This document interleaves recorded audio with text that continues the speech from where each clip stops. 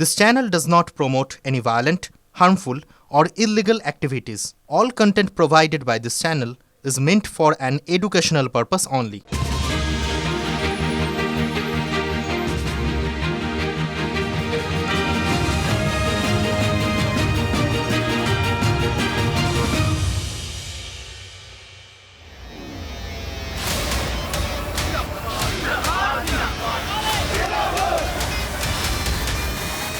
তৃণমূল কংগ্রেসের সম্পদ কারা? নেতারা নয়, কর্মীরা।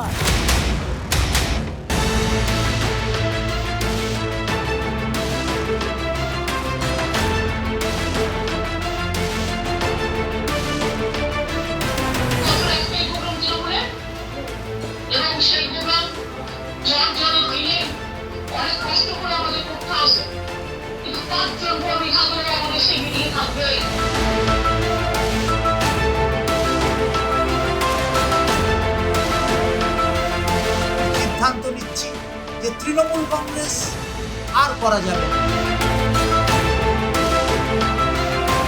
21 লিডার হবে, 21 সফল করবে এবং সফল করার পেছনে বিজেপি এবং আরএসএসের মদত থাকবে। নমস্কার, আমি ঠোঁটকাটা রাজা চট্টোপাধ্যায় আপনাদের প্রত্যেককে টিভি9 বাংলার প্রাইম টাইমে স্বাগত জানাই।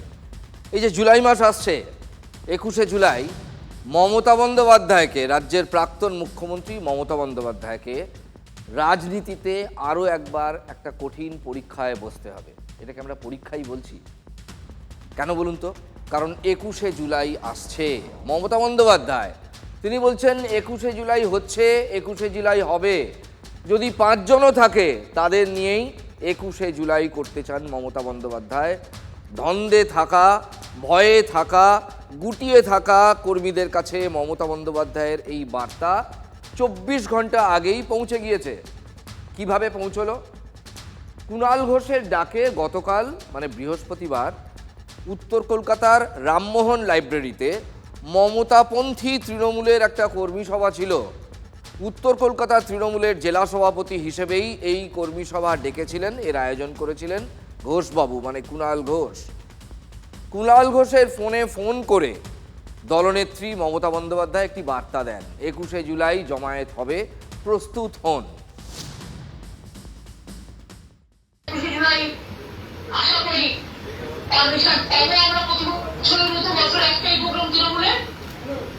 এবং সেই প্রোগ্রাম জলে হইলে অনেক কষ্ট করে আমাদের করতে হবে, কিন্তু 5 জন কর্মী থাকলে আমাদের সেই মিটিংয়ে থাকবে।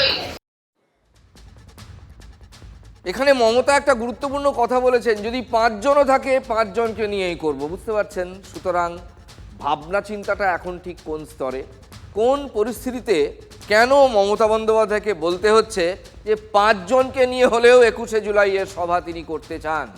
আশা করি এটা আর বুঝিয়ে বলার কোনো প্রয়োজনীয়তা নেই। বাম জামানায় দেখুন, তৃণমূল যখন বিরোধী দলে ছিল তখনও 21শে জুলাই ধর্মতলায় বিরাট করে আয়োজন করা হতো। কিন্তু 1.5 দশক ক্ষমতায় থাকার পর 2026-এর ভোটে হেরে যাওয়ার পর সেই দলটাই এখন অস্তিত্বের সংকটে, আক্ষরিক অর্থেই অস্তিত্বের সংকটে তৃণমূল কংগ্রেস এবং মমতার রাজনীতি। কর্পূরের থেকেও দ্রুত উবে গিয়েছে দলটা। উবে গিয়েছেন তৃণমূলের 20 জনের বেশি সাংসদ, 60 জনের বেশি বিধায়ক, যাদের অনেককেই হাত ধরে রাজনীতিতে এনে সাংসদ, বিধায়ক ইত্যাদি করেছিলেন মমতা বন্দ্যোপাধ্যায়। তারা মমতা বন্দ্যোপাধ্যায়ের হাত ছেড়ে এখন বিদ্রোহী শিবিরে নাম লিখিয়েছেন। অনেকে নিজের মতো একটা এসকেপ রুট দেখে নিতে চাইছেন যে চাচা এই বাজারে আপন প্রাণ বাঁচা।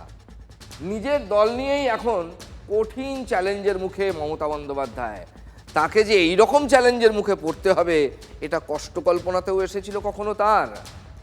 তৃণমূল মানেই মমতা, মমতা মানেই তৃণমূল, এটা সমার্থক, সেটা সবাই জানে, এক বাক্যে স্বীকারও করে। সেই মমতাকে আউট করে দিয়ে ঋতব্রত বন্দ্যোপাধ্যায়ের শিবির এখন আসল তৃণমূল হয়ে ওঠার সব রকম চেষ্টা চালাচ্ছে।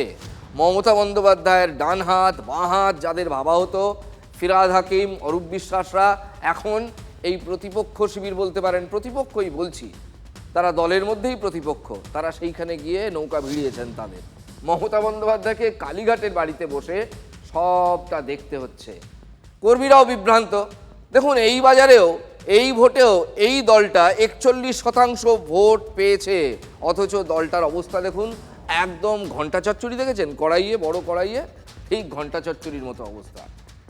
কর্মীরা সুপ্রিমোর ডাকে 21শে জুলাইয়ের জমায়েতে হাজির হবেন কি?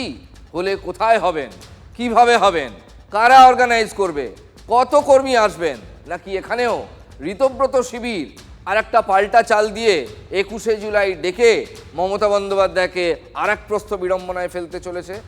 মমতার রাজনৈতিক অস্তিত্ব রক্ষার জন্য এবারের 21শে জুলাই কিন্তু বড় পরীক্ষা, কঠিন চ্যালেঞ্জ, এবং তিনি ওই আগেই শোনালাম তিনি বরাবরই বলে এসেছেন, সেটা মেনেছেন কি মানেননি সেটা অন্য প্রশ্ন, যে কর্মীরাই আমার সম্পদ।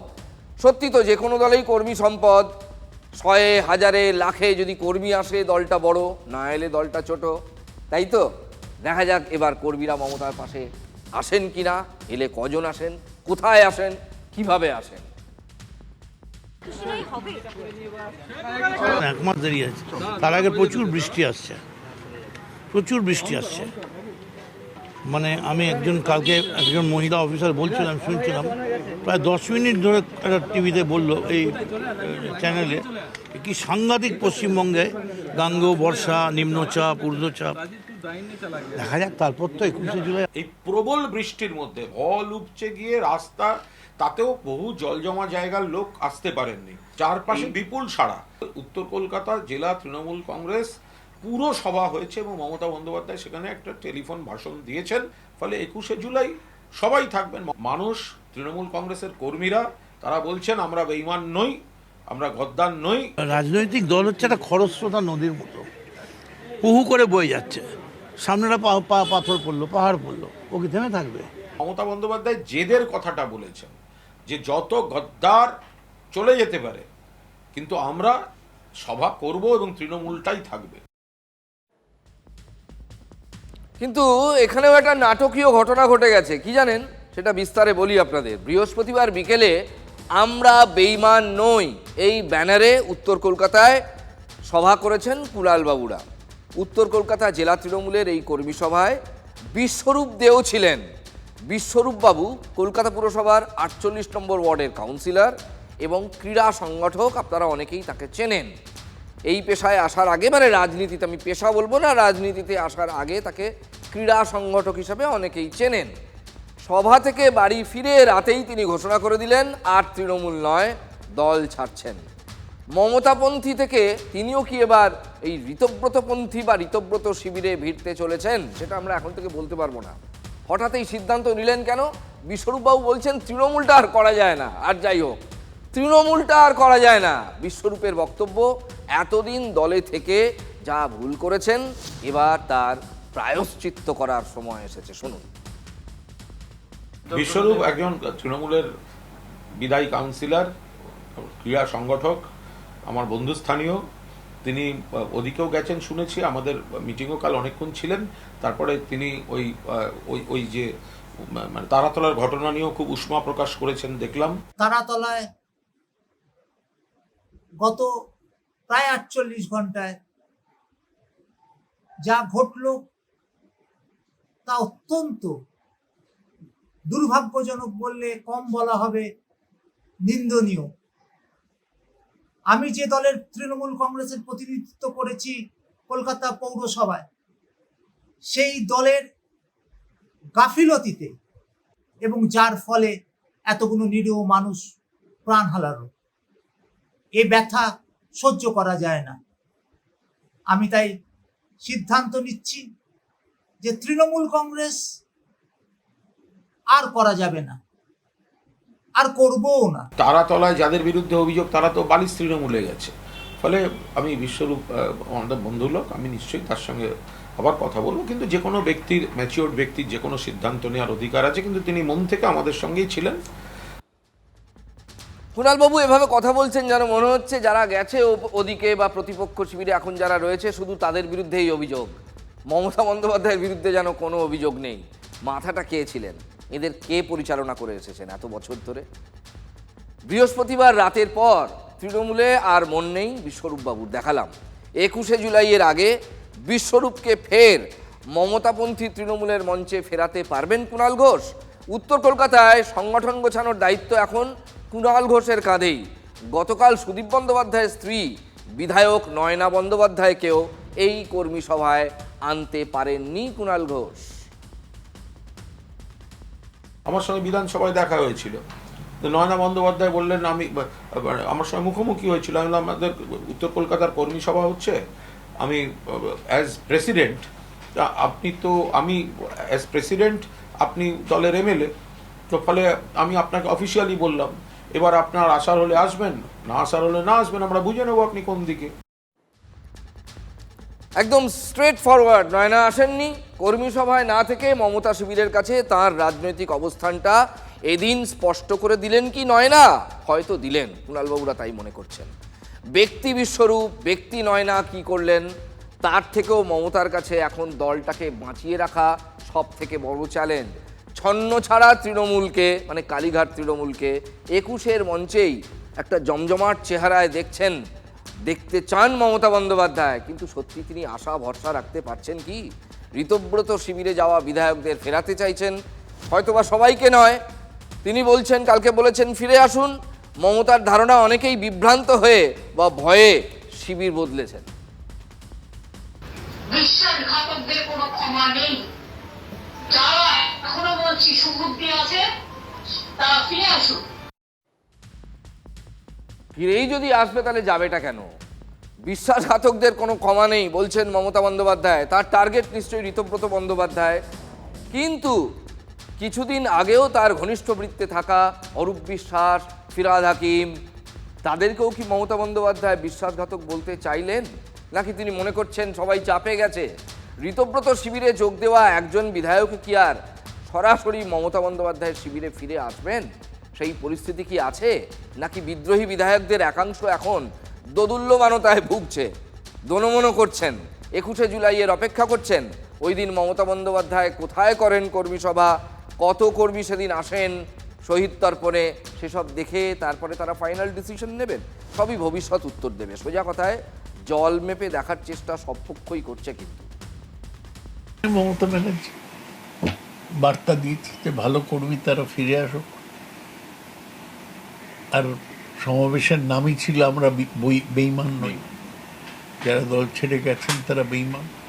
তৃণমূলের টিকিটে জিতে, মমতা ব্যানার্জির নামে জিতে, পার্টি থেকে টাকা নিয়ে জিতে তারা পার্টি থেকে বেরিয়ে গেছে। মমতা বন্দ্যোপাধ্যায় অভিভাবকের মতো যারা কনফিউজড হয়ে বা পুলিশ প্রশাসন দিয়ে যারা মানে গদ্দারি করেছেন, যারা গেছেন, তাদের মধ্যে কয়েকজন গেছেন ব্যক্তি স্বার্থে, ব্যক্তি অঙ্কে বাঁচতে এবং লোভে, কয়েকজন। বাকিরা তো কিছুটা কনফিউজড এবং কিছুটা তাদের পুলিশ প্রশাসন দিয়ে চাপ দিয়ে করা হয়েছে। তো মমতা বন্দ্যোপাধ্যায় অভিভাবকের মতো বলেছে যে তারা ফিরে আসতে পারেন।